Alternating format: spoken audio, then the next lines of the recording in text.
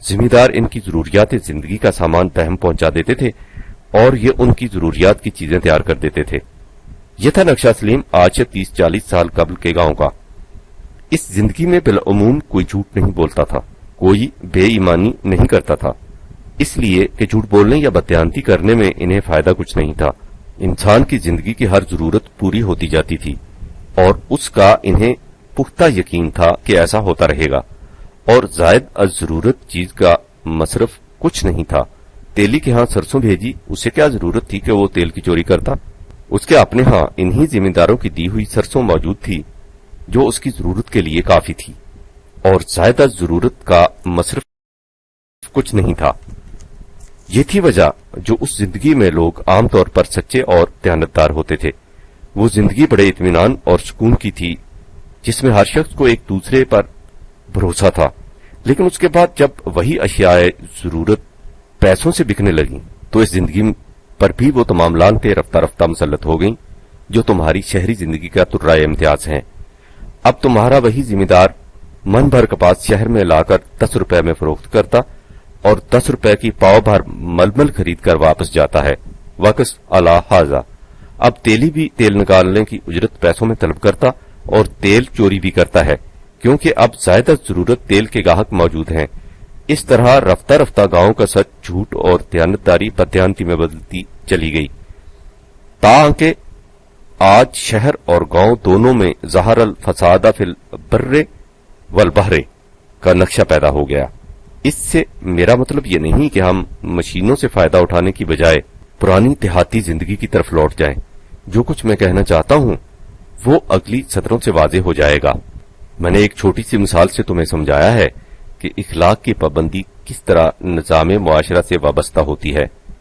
قرآن ایک ایسے معاشرے کی تشکیل چاہتا ہے جس میں افراد معاشرہ کو جھوٹ بولنے اور بددیانتی کرنے کی ضرورت ہی نہ رہے۔ اس طرح وہ اخلاقی ضوابط کے پابند ہو جائیں گے، اور یہ ہوگا ایک متوازن نظام ربوبیت کے قیام سے۔ اخلاق کا مادہ خلق کے لام کاف ہے۔ خلق کے معنی کسی چیز کا اندازہ یا پیمانہ مقرر کرنا ہے جس سے توازن قائم ہوتا ہے۔ خلیق کہتے ہی متوازن کو ہے۔ قرآن نے جب نبی اکرم کے متعلق فرمایا تھا کہ انکا لا علی خلق عظیم 68/4، تو اس سے مطلب یہی تھا کہ انفرادی طور پر حضور کی ذات میں انسانی صلاحیتیں پورے توازن کے ساتھ موجود ہیں، اور اجتماعی طور پر حضور نے اس نظام کو متشکل فرمایا ہے جس سے معاشرہ میں پورا توازن ہے۔ بہرحال ہم نے دیکھ لیا کہ اخلاقی ضوابط کی پابندی واضح و نصیحت سے نہیں ہو سکتی، اس کے لیے نظام ربوبیت کا قیام ضروری ہے۔ اب سوال یہ پیدا ہوتا ہے کہ اس نظام کی تشکیل کس طرح ہو سکتی ہے۔ یہ ظاہر ہے کہ عقل اپنے فریضے یعنی تحفظ خواہش کے لیے اسباب و ذرائع کی فراہمی کی طرف سے اسی صورت میں مطمئن ہو سکتی ہے جب اسے تحفظ خواہش کا یقین ہو جائے۔ عقل کو اس امر کا یقین اسی صورت میں ہو سکتا ہے جب وہ اپنی آنکھوں سے دیکھ لے کہ نظام معاشرہ افراد کے تحفظ خواہش کے اسباب و ذرائع فی الواقع بہم پہنچا رہا ہے۔ خالی وعدے اس اطمینان کا باعث نہیں بن سکتے، خواہ وہ کتنے ہی حسین و جاذب نگاہ کیوں نہ ہوں۔ لیکن مشکل یہ ہے کہ یہ نظام اس قسم کے یقین دلانے کی پوزیشن میں اسی وقت ہو سکتا ہے جب یہ اچھی طرح قائم ہو جائے اور اس کے بوئے ہوئے بیج پھل دینے لگ جائیں۔ یہ سلیم اصل دشواری۔ عقل اس بھروسے پر کہ بیج بویا ہے، پھل لگنے دو، اپنا مسلک چھوڑ نہیں سکتی، اور نظام پھل لگنے سے پہلے عقل کا اطمینان کرا نہیں سکتا۔ لہذا بات کیسے بنے، اس نظام کی ابتدا کیسے ہو؟ تخم ریزی میں عقل دیکھتی ہے کہ کچھ ملنا تو ایک طرف، جو کچھ پاس تھا وہ بھی مٹی میں مل رہا ہے۔ عقل صرف مفاد عاجلہ کو دیکھ سکتی ہے۔ اس سے ظاہر ہے کہ آغاز کار عقل خود بین کی روح سے نہیں ہو سکتا، لہذا دیکھنا یہ ہوگا کہ کیا اس کے سوا کوئی اور قوت بھی ہے جس کی روح سے اس نظام کی ابتدا ہو سکتی ہے۔ یہی اصل سوال ہے، یہی وہ مقام ہے جہاں سے دو اہم مناہج زندگی کی تفریق شروع ہوتی ہے۔ یہیں سے زندگی کے دو مختلف فلسفے سامنے آتے ہیں۔ مغرب کے مادیین پازیٹیوسٹ میٹریلسٹس کا فلسفہ یہ ہے کہ دنیا صرف یہی محسوسات کی دنیا ہے، مادی عناصر کی باہمی ترکیب سے کسی نہ کسی طرح زندگی ابھر آئی اور زندگی نے ارتقائی منازل طے کر کے انسان میں عقل پیدا کر دی۔ لہذا عقل کے علاوہ انسان کے پاس کوئی اور ذریعہ علم نہیں۔ دوسرا فلسفہ زندگی یہ ہے کہ دنیا صرف محسوسات کی دنیا نہیں بلکہ اس سے ماوراء اور دنیا بھی ہے۔ زندگی مادہ کی پیداوار نہیں، اس کا سرچشمہ مادہ سے ماوراء کہیں اور ہے۔ یہ سرچشمہ وہ ہے جہاں سے خود مادہ کو اس کا وجود عطا ہوا ہے۔ اس لیے انسان کے لیے ذریعہ علم صرف عقل نہیں، عقل کے ماوراء ایک اور سرچشمہ علم ہے جسے وحی کہتے ہیں۔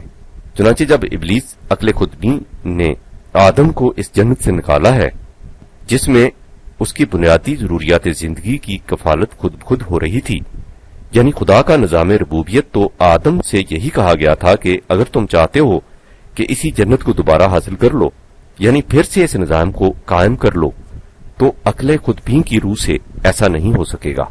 اس کے لیے ماورائے عقل ہدایات آسمانی کی ضرورت ہوگی۔ فَإِنَّمَا يَأْتِيَنَّكُم مِّنِّي هُدًى، میری طرف سے رہنمائی ملتی رہے گی۔ فَمَن تَبِعَ هُدَايَ، بس جو کوئی اس ضابطۂ قوانین کے مطابق نظام قائم کرے گا، فَلَا يُضِلُّ وَلَا يَشْقَىٰ، تو وہ نہ ان چیزوں کی تلاش میں مارا مارا پھرے گا اور نہ ہی اسے ان کے حصول کے لیے جگر پاش مشقتیں اٹھانی پڑیں گی۔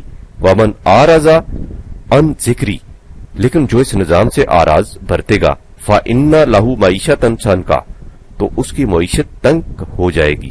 وَمَنْ أَعْرَضَ عَنْ ذِكْرِي فَإِنَّ لَهُ مَعِيشَةً ضَنكًا وَنَحْشُرُهُ يَوْمَ الْقِيَامَةِ أَعْمَى۔ 20/124۔ یہ بالکل کھلے ہوئے اور واضح راستے ہیں، دونوں ایک دوسرے سے متضاد مخالف سمتوں میں جانے والے۔ یہ ہم پہلے دیکھ چکے ہیں کہ عقل خودبین کا تقاضا یہ ہے کہ وہ صرف فرد متعلقہ کی حفاظت کا انتظام کرے، لیکن وحی کا سرچشمہ ذات خداوندی ہے جو افراد سے بلند ہے۔ اس کے نزدیک تمام نوع انسانی کے افراد یکساں حیثیت رکھتے ہیں، ہر انسان اس سے ایک جیسے فاصلے پر واقع ہوا ہے۔ اس میں نہ رنگ و خون کی تفریق ہے، نہ ملک و قوم کی تمیز۔ اس کے پیش نظر رب العالمینی ربوبیت نوع انسانی ہے، نہ کہ کسی خاص فرد یا خاص قوم کی ربوبیت۔ یہ ہے فرق عقل خودبین کی رہنمائی اور وحی کی رہنمائی میں۔ وحی چونکہ اسرار حیات کی شارح ہوتی ہے، اس لیے وہ بتاتی ہے کہ تمام نوع انسانی اپنی اصل کے اعتبار سے ایک ہے۔ افراد کی تقسیم خود انسانوں کی پیدا کرتا ہے۔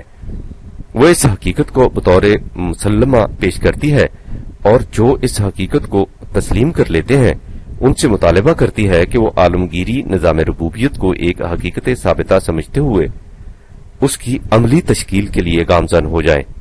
یہاں اس نقطہ کو اچھی طرح سمجھ لینا چاہیے کہ قرآن اس حقیقت کو دلائل و براہین کی روح سے پیش کرتا ہے اور انسان کو دعوت دیتا ہے کہ وہ جذبات سے الگ ہٹ کر علم و بصیرت اور غور و تدبر سے اس کی صداقت پر یقین کرے۔ جب انسانی عقل اس حقیقت کو تسلیم کر لیتی ہے تو یہ خودبین سے جہاں بھی ہو جاتی ہے، یعنی عقل کی رہنمائی میں یہ ہے وہ مقام جہاں اس نظام کی ابتدا کرنے والے السابقون الاولون اس نظام کے نتائج دیکھے بغیر ان کے یقینی ہونے پر ایمان لاتے ہیں۔ اسے ایمان بالغیب کہتے ہیں، یعنی اس نظام کے اندیکھے نتائج پر ایمان۔ غور کیجئے، قرآن کی ابتدا رب العالمین ربوبیت عامہ سے ہوتی ہے اور اس کے بعد ایمان بالغیب یؤمنون بالغیب 2/3 کا مطالبہ اس لیے کہ کسی نظام کے نتائج دیکھے بغیر اس کے قیام کے لیے جانکاہ مشقتیں اٹھانا اور جگر پاش مصیبتیں برداشت کرنا السابقون الاولون پائنیئر کے ایمان محکم کے بغیر ممکن نہیں، چونکہ اس نظام کے قیام میں مترفین دوسروں کی کمائی پر جینے والوں کو اپنی موت نظر آتی ہے، اس لیے وہ اس کی مخالفت میں کوئی دقیقہ نہیں اٹھا رکھتے۔ یہ خارجی مشکلات ہوتی ہیں۔ دوسری طرف عقل خودبین قدم قدم پر اناگیر ہوتی ہے کہ اپنی جان کیوں جوخوں میں ڈال رہے ہو۔ خارجی اور داخلی مخالفتوں کے اس صبر آزما ہجوم میں یہ صرف ان مومنین الصابرین کے کوہ شکن ایمان کی قوت کا کرشمہ ہوتا ہے کہ ان کے پائے استقامت میں ذرا لغزش نہیں آنے پاتی۔ ان حوصلہ شکن اور ہمت آزما مراحل کے بعد یہ نظام متشکل ہوتا ہے اور اس کے بعد اس کے درخشندہ نتائج اور تابندہ ثمرات اس طرح گوہر پار ہوتے ہیں کہ انہیں دیکھ کر دوسرے لوگ جوک در جوک اس کے سایہ عاطفت میں آنے شروع ہو جاتے ہیں۔ یدخلون فی دین اللہ افواجا 110/2۔ اس طرح یہ نظام عالمگیر ہوتا چلا جاتا ہے۔ اس نظام کے متشکل اور اس کے نتائج برآمد ہو جانے کے بعد وہی عقل خود بین جو پہلے اس مسلک کو اپنے تقاضوں کا حریف اور اپنے مفاد کا نقیض سمجھتی تھی، اپنی آنکھوں سے دیکھ لیتی ہے کہ جس نظام کو وہ اپنی تنگ نگہی اور کوتاہ دامنی کی وجہ سے مفاد غیر کے تحفظ کا نظام سمجھ رہی تھی، وہ اس کے اپنے مفاد کا ایسا کفیل ہوتا ہے کہ وہ خود اس قسم کا یقینی انتظام کر ہی نہیں سکتی تھی۔ اب وہی ایمان جو پہلے ایمان بالغیب تھا علی وجہ البصیرت ایمان بن جاتا ہے۔ اس طرح عقل اور ایمان ایک دوسرے کے رفیق بن جاتے ہیں۔ یہی وہ طریقہ کار ہے جس کے متعلق اقبال کہتا ہے، خیز و نقش عالم دیگر پناہ، عشق را باز زیر کی آمیز زدہ۔ جب اس طرح انسان دیکھ لیتا ہے کہ زندگی کسی ایک فرد کے اندر محبوس نہیں بلکہ کائنات میں پھیلی ہوئی ہے، تو وہ یہ بھی دیکھ لیتا ہے کہ اس کا پھیلاؤ صرف عرض سپیس ہی میں نہیں بلکہ طول ٹائم کی سمت بھی ہے۔ اس لیے جس چیز کا نام موت رکھا جاتا ہے وہ انقطاع حیات نہیں ہوتی۔ وہ دیکھ لیتا ہے کہ زندگی ایک جوئے رواں ہے جو مسلسل آگے بڑھے جا رہی ہے۔ جسے موت کہا جاتا ہے وہ اس کے سوا کچھ نہیں کہ جوئے رواں دامنے صحرا سے صحنے گلستان میں داخل ہو کر باغ کی فصیل کے باہر کھڑے ہونے والوں کی نگاہوں سے اوجھل ہو گئی ہے۔ لہذا جہاں وہی مفاد خویش کی جگہ رب العالمینی ربوبیت عامہ کا تصور دیتی ہے اور اس طرح نگاہ کا رخ فرد انڈیویجول سے انسانیت ہیومینٹی کی طرف پھیر دیتی ہے، وہاں وہ زندگی کو مادی عناصر کی چار دیواری سے نکال کر اقطار السماوات والارض سے آگے لے جاتی ہے۔ بنابراین جس چیز کا نام انسانی نشو و نما سامان زیست رکھا جاتا ہے وہ صرف جسم کی پرورش تک ہی محدود نہیں رہتی بلکہ جسم سے آگے بڑھ کر اصل حیات نفس یا ذات کی نشو و نما کو بھی اپنے احاطہ میں لے لیتی ہے۔ لہذا نظام ربوبیت میں انسان کی طبعی زندگی کے اسباب و ذرائع کی فراہمی کے ساتھ ساتھ نفس انسانی کے نشو و ارتقاء کا سامان بھی بہم پہنچتا رہتا ہے۔ یہ سلیم وہ نظام جس کے اندر انسان خود بخود اخلاقی ضوابط کی پابندی اختیار کر لیتا ہے۔ اس نظام کے بغیر اخلاقی ضوابط کی پابندی کی کوئی اور شکل نہیں۔ انسان نے اس کا خود تجربہ کر کے دیکھ لیا ہے۔ اس کی 5000 سالہ زندگی کی تاریخ اس پر شاہد ہے کہ تنہا اخلاقی مواعظ انسان کو اخلاقی ضوابط کا پابند نہیں بنا سکتے۔ والعصر ان الانسان لفی خسر 103/1-2۔ زمانے کی تاریخ اس پر شاہد ہے کہ انسان تنہا عقل کی روح سے بنائے ہوئے نظام کے اندر کبھی کامیابی کی زندگی بسر نہیں کر سکتا۔ اسے اخلاقی ضوابط کا پابند بنا لیں اور اس کی مکمل نشو و نما کرنے کا ایک ہی طریق ہے، یعنی وحی کے مطابق نظام ربوبیت کا قیام۔ الا الذین آمنوا وعملوا الصالحات، یہ وہ نظام ہے جس میں تمام افراد معاشرہ ایک دوسرے کی تعمیری نشو و نما میں مصروف سعی و عمل رہتے ہیں۔ وتواصوا بالحق، اور یہ لوگ اس پروگرام کو محض مفاد عاجلہ کی خاطر اختیار نہیں کرتے کہ تھوڑے سے عرصے کے بعد اسے چھوڑ دیں، وہ اسے اپنی ساری زندگی کا مسلسل پروگرام بنا لیتے ہیں۔ وتواصوا بالصبر، یہی وہ نظام تھا جسے محمد الرسول اللہ والذین معہ نے قرآنی اصولوں کی روشنی میں اپنے زمانے کے تقاضوں کے مطابق متشکل فرمایا تھا۔ اس نظام زندگی کے سوا انسانی نشو و نما کا کوئی نظام نہیں۔ جس طرح کائنات میں ایک قانون کے سوا دوسرا قانون نہیں، ان الدین عند اللہ الاسلام، قانون خداوندی کی روح سے نظام حیات ایک ہی ہے، دو نہیں۔ وحدت قانون، یونٹی آف لائف ہی وہ بنیاد ہے جس پر ساری کائنات کا دار و مدار ہے۔ اس لیے انسانی معاشرے کا نظام اور دین بھی ایک ہی ہو سکتا ہے۔ وحدت قانون کے معنی یہ ہے کہ اس قانون کی مثل دوسرا قانون نہ ہو۔ سلیم، ذرا پوچھو دنیا کے علماء فطرت، سائنٹسٹ سے، وہ تمہیں بتائیں گے کہ کس طرح سائنس کی ساری عمارت اسی ایک اصول پر قائم ہے۔ یہی اصول دین میں بھی کار فرما ہے، یعنی نظام زندگی ایک ہے، اس کی مثل دوسرا نہیں۔ اسی لیے قرآن نے یہ چیلنج دیا ہے کہ اس کے پیش کردہ نظام کی مثل کوئی دوسرا نظام مرتب کر کے دکھاؤ۔ یہ ہے سلیم انسان کو صحیح راہ پر چلانے کا طریقہ، یعنی اس نظام کا قیام جس میں ہر فرد معاشرہ کی ضروریات زندگی اور سامان نشو و نما کی ذمہ داری خود نظام کے سر پر ہو۔ جس معاشرے میں کوئی ایک فرد بھی رات کو بھوکا سو گیا، کسی ایک فرد کی صلاحیتیں بھی کامل طور پر نشو و نما پانے سے رک گئیں، وہ معاشرہ انسانوں کو اخلاقی ضوابط کا پابند نہیں بنا سکتا۔ ساری دنیا نے آزما کر دیکھ لیا، خود مسلمان بھی 1300 سال سے دیکھ رہا ہے، نظام ربوبیت کے بغیر اخلاقی پابندی ناممکن ہے۔ اگر عقل خود بین کو زبردستی اخلاقی ضوابط کی کسی ایک شک کا پابند بنا بھی دیا جائے تو وہ دوسری طرف سے سرک کر نکل جانے کی راہیں تلاش کرے گی۔ لہذا سلیم، تمہاری مقدس آرزوئیں، واز کے دل پذیر نسائے، حکومت کی جبری تدابیر سب بیکار ہیں جب تک عقل کو اپنے تقاضوں تحفظ خواہش کے پورے ہو جانے کا کامل یقین نہیں آ جاتا۔ وہ اخلاقی مواعظ پر کان دھر ہی نہیں سکتی۔ قرآنی حکومت سے مراد اس نظام ربوبیت کے قیام کے سوا کچھ نہیں۔ اگر باؤ نرسیدی تمام بو لہابی است، لیکن اس سے مفہوم صرف روٹی کا مہیا کر دینا نہیں، مقصود حیات اس سے آگے ہے، لیکن اس کی تفصیل کا یہ موقع نہیں۔ میں نے تمہیں پہلے بتایا ہے کہ عقل کی ایک سطح وہ ہے جو صرف فرد متعلقہ کے مفاد کی فکر کرتی ہے، اسے عقل خود بین کی اصطلاح سے تعبیر کیا گیا ہے۔ دوسری سطح وہ ہے جہاں وہی عقل انسانیت کے مفاد کلی کو سامنے رکھتی ہے، اسے عقل جہاں بین کہا جاتا ہے، یعنی وہ عقل جو وحی کی روشنی میں چلتی ہے۔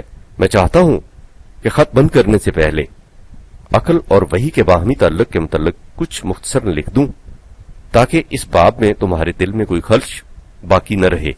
انسان کی ایک دنیا تو وہ ہے جس میں اسے خارجی کائنات، آؤٹر یونیورس سے کام پڑتا ہے۔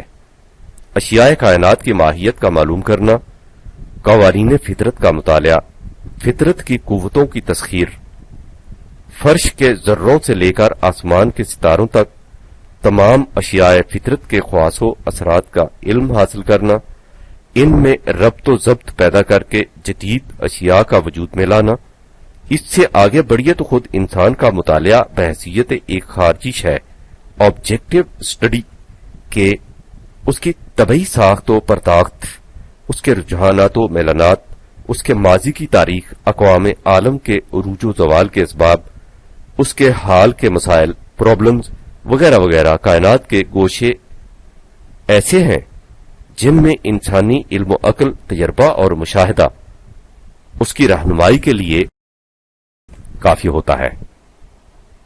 لیکن زندگی کا ایک گوشہ اور ہے۔ یہ گوشہ وہ ہے جس میں انسان کا معاملہ دوسرے انسانوں سے پڑتا ہے، اسے انسانوں کی معاشرتی یا تمدنی یا اجتماعی زندگی کہا جاتا ہے۔ زندگی کے اس گوشے میں ایک انسان کے مفاد دوسرے انسانوں سے ٹکراتے ہیں، اور چونکہ ہر فرد کی عقل خود بین کا تقاضا اس کے اپنے مفاد کا تحفظ ہوتا ہے، اس لیے اس میدان میں عقول کی جنگ، بیٹل آف وٹس شروع ہو جاتی ہے۔ یہ ہے وہ گوشہ جس میں اگر انسانی عقل کو آزاد چھوڑ دیا جائے تو قدم قدم پر تصادم شروع ہو جاتا ہے اور تمام معاشرہ میں فساد برپا ہو جاتا ہے۔ یہ ہے وہ مقام جہاں عقل خود بین کو ابلیس کہا جاتا ہے۔ قرآن یہ کہتا ہے کہ جب انسان کے معاملات سامنے آئیں تو عقل کو وحی کے تابع رکھو۔ وحی کے اصول انسانوں کے مفاد میں موافقت پیدا کر کے ان کے باہمی تصادم کو مٹا دیتے ہیں۔ جب عقل کو اس طرح وحی کے تابع رکھا جائے، یا یوں کہو کہ عقل سے وحی کی روشنی میں کام لیا جائے، تو عقل کی آنکھ حقیقت کو دیکھ لیتی ہے، اور اس کے بعد اسے نظر آ جاتا ہے کہ اس طریقے عمل سے معاشرہ میں فساد برپا کیے بغیر اس کے مفاد کا تحفظ ہو جاتا ہے۔ اسی طرح وحی کی روشنی میں انسانی عقل خود انسان کی داخلی دنیا کا مطالعہ بھی اسی طرح آبجیکٹیولی کر لیتی ہے جس طرح وہ خارجی دنیا کا مطالعہ کرتی ہے۔ میرا خیال ہے کہ ان اشارات سے تم سمجھ گئے ہوگے کہ عقل کے یہ مختلف گوشے کیا ہیں اور اس کا صحیح مقام کیا، وہ کون سی عقل ہے جس سے کام لینے کی اس قدر تاکید کی جاتی ہے، اور وہ کون سی جسے آزاد چھوڑنے سے اس طرح روکا جاتا ہے۔ جیسا کہ میں نے پہلے کہا ہے، اقبال عقل بے باک کو عقل خودبین کہہ کر پکارتا ہے، اور اس عقل کو جو وحی کے تابع کام کرتی ہے عقل جہاں بھی سے تعبیر کرتا ہے، اور یہ ظاہر ہے کہ عقل خودبین دگرو عقل جہاں بھی دگرست، بال بلبل دگرو بازوئے شاہی دگرست۔ ایک بات اور بھی قابل غور ہے، میں نے اس خط میں صرف زر اور زمین سے پیدا ہونے والے مفاسد کا ذکر کیا ہے۔ نظام میں ربوبیت میں زن سیکس سے پیدا ہونے والے مفاسد کا علاج کس طرح ہو جاتا ہے اسے کسی دوسرے وقت لکھوں گا۔ یہ خط بہت لمبا ہو گیا ہے، مجھے بالآخر دنیا میں کچھ اور کام بھی تو ہیں۔ تمہاری تو یہ حالت ہے کہ مہرباں ساقی محفل کو جو دیکھا ہے روش، یہی ضد ہے کہ ہر جام ہمیں تک پہنچے، اور یہاں یہ عالم کے ایک ایک قطرہ کا مجھے دینا پڑا حساب، خون جگر ودیت مژگان یار تھا۔ اس لیے تمہارے سب تقاضے بیک وقت کس طرح پورے کیے جا سکتے ہیں؟ اچھا، خدا حافظ۔ اپریل سن 1954 ء۔